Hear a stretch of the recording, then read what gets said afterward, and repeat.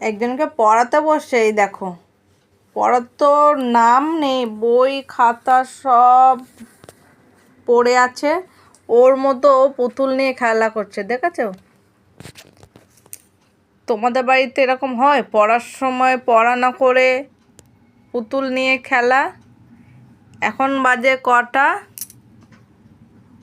এখন ঘড়িতে বাজে 8টা। আর এখন দেখো কাকে আমি পড়াচ্ছি, পড়াতে বসে ওনাকে এখন পুতুল নিয়ে খেলবে, পুতুল নিয়ে খেলছে।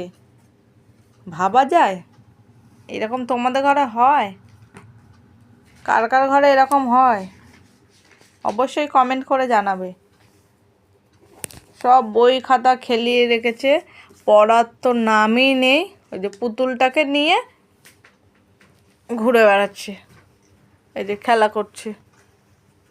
আর বইটা কে পড়বে? বইটা কে পড়বে? কেন পড়বে না কেন? এই যে সব বইপত্র খেলিয়ে রেখে এখন তুমি পুতুল নিয়ে খেলা করছো। তোমার না সামনে পরীক্ষা আসছে? হ্যাঁ, তুমি বই না নিয়ে পড়ে তুমি পুতুল নিয়ে খেলছো? না, এখন পুতুল নিয়ে ঘোরে না কেউ।